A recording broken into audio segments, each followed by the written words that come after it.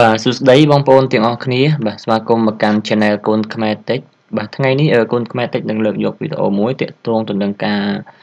download នៅកម្មវិធីមួយដែលជាកម្មវិធីសម្រាប់ record screen computer បាទជាកម្មវិធីមួយដែល support គ្រប់កម្មវិធីកាត់ត file របស់វាពេលដែលយើងធ្វើការ record មកបាទវាមានរូបភាពច្បាស់បាទដូចបងប្អូនដែលបានកំពុងទស្សនាវីដេអូរបស់ខ្ញុំបាទមុនហ្នឹងវាមិនដឹងថាខ្ញុំក៏មិនដឹងថាគុណភាពវាច្បាស់កម្រិតណាដែរគ្រាន់ដឹងថាខ្ញុំថតវាតាមរយៈកម្មវិធីហ្នឹងតែបើសិនណាបងប្អូនគិតថាបងប្អូនបាននឹងកំពុងទស្សនាវីដេអូរបស់ខ្ញុំពីមុនមកក៏ដូចជាកំពុងទៅទស្សនាឥឡូវនេះគិតថាវាមិនល្អមិនច្បាស់ទេបាទមិនចាំបាច់ធ្វើការ download ទេគ្រាន់តែចង់បញ្ជាក់ថាកម្មវិធីហ្នឹងវាមិនពិបាកដំឡើងហើយពេលយក record screen ទៅវា support គ្រប់កម្មវិធីកាត់តបាទមិនថាកម្មវិធី Sony Vegas ឬក៏កម្មវិធី Camtasia Studio កម្មវិធី iPad Editor ឬក៏ Wondershare បាទកម្មវិធីហ្នឹងវាខុសគ្នាពីកម្មវិធី OK មកកម្មវិធី OK វា support តាមខ្ញុំដឹងវា support វារើសកម្មវិធីកាត់តបាទដូចជាវា support តែកម្មវិធី Sony Vegas បាទចំពោះកម្មវិធី Camtasia Studio ហ្នឹងវិញគឺវាអត់ support ទេបាទខ្ញុំបាទធ្វើការលុបវាចោលវិញដោយសារវាអត់ supportខ្ញុំមិនចូលចិត្តប្រើកម្មវិធី Sony Vegas គឺខ្ញុំចូលចិត្តប្រើកម្មវិធី Camtasia Studio គឺវាមានល្បឿនលឿនផងដែរហើយបាទឥឡូវនេះខ្ញុំនឹងធ្វើការខ្ញុំបានធ្វើការ search វាហើយបាទចំពោះបងប្អូនដែលមិនទាន់ធ្វើការ search បាទគឺយើងត្រូវការវាយពាក្យថានេះខ្ញុំត្រូវវាយពាក្យថា video វាយពាក្យថា debug បាទ debug video capture software តបមកបាទវានឹងចេញឲ្យយើងជឿរើសអាណាដែល version ចេញថ្មីបំផុតគឺ version 4បាទពីដើមឡើយខ្ញុំថតវីដេអូមុនគឺខ្ញុំថតដោយ version 2.18 ទេតែឥឡូវនេះខ្ញុំនឹងធ្វើការ download version ចុងក្រោយគេបងអស់គឺ version 4ឥឡូវចុចបាទបន្ទាប់ពីវាចេញផ្ទាំងបែបនេះហើយបាទបងប្អូនអាចទៅធ្វើការចុចនឹងជ្រើសរើសយកបានយើងអាចធ្វើការជ្រើសរើសយកនៅមួយណាក៏បានបាទក្នុងហ្នឹងបាទយើងអាចធ្វើការជ្រើសរើសមកឥឡូវឧទាហរណ៍ថាខ្ញុំយកdownload debug capture software free latest version ចុចអាហ្នឹងមកបាទយើងអាចធ្វើការចុចហើយវានឹង load ផ្ទាំងមកបាទតោះមកយើងចេញអញ្ចឹងហើយយើងអាចធ្វើការចុចទៅលើពាក្យនេះអញ្ចឹងមកក៏បានដែរហើយវានឹង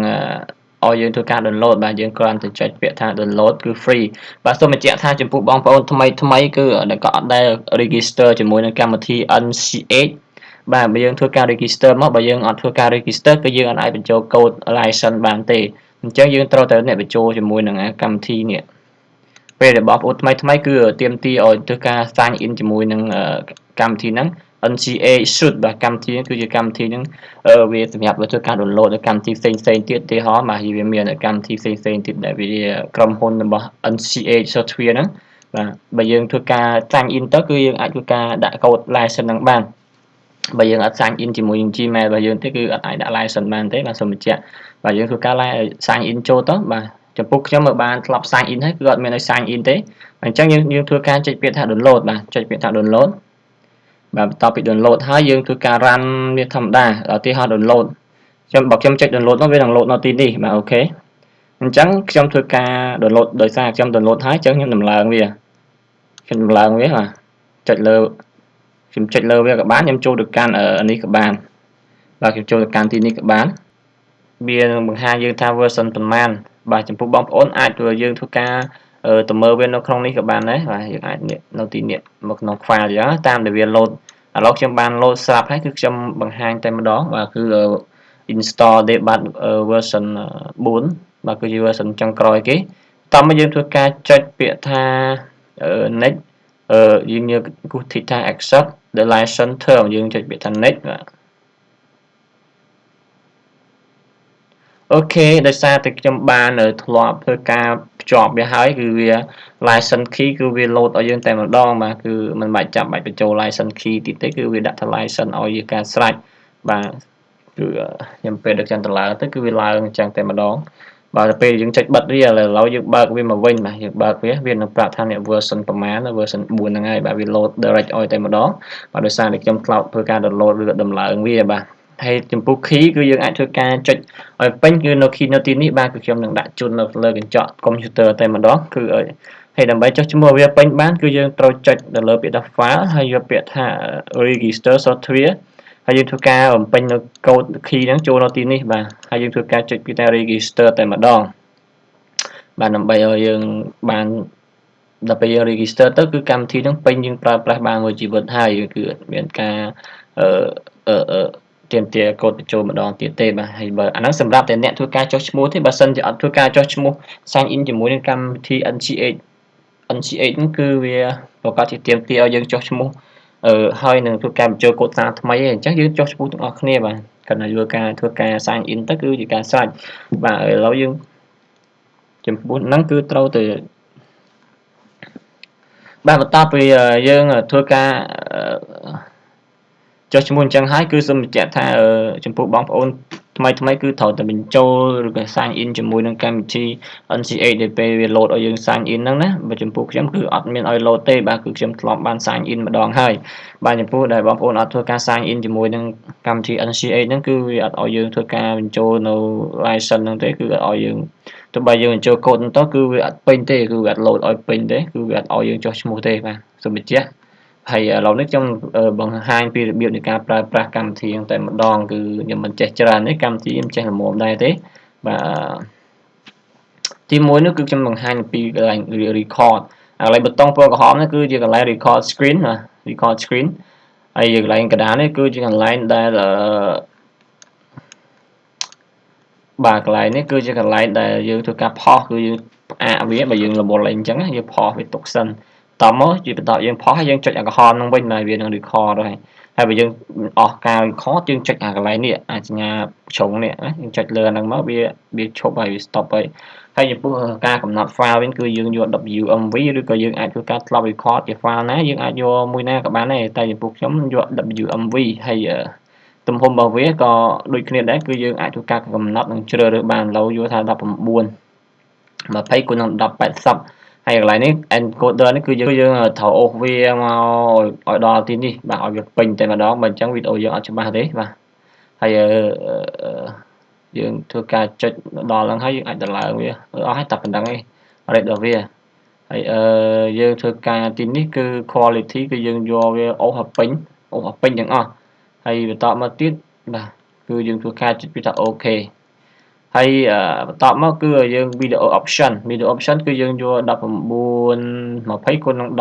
1080ហើយយើងធ្វើការទីនេះគឺយើងអូសវាឲ្យវា60មកបាទហើយយើងចុច OK បាទហើយទីនេះគឺជាកន្លែងដែលយើងធ្វើការ record ទីតាំងណាមួយដែលយើងចង់ record មកយើងចុចនៅទីនេះហើយគឺយើងទីនេះគឺយើងសម្រាប់ធ្វើការ record តែបរិវេណណាមួយដែលយើងចង់ record ទេឧទាហរណ៍ថា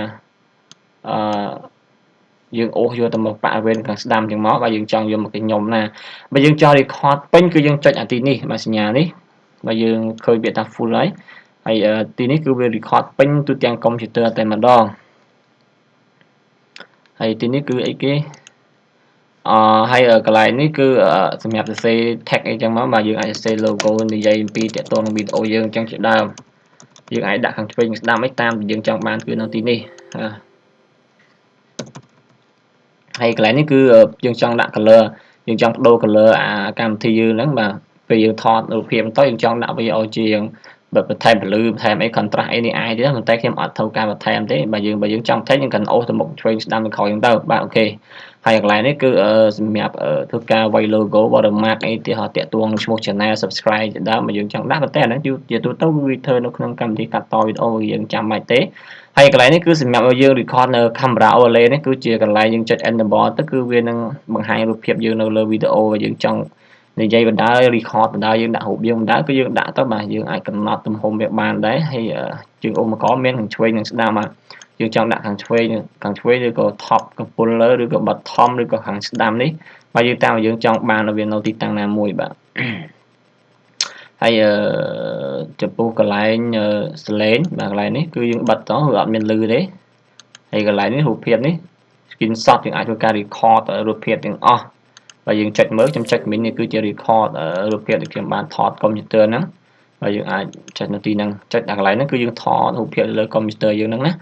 អូខេហើយកន្លែងនេះគឺជាកម្មវិធីកន្លែង record មានកាមេរ៉ាទេបាទយើង record ជាមួយនឹង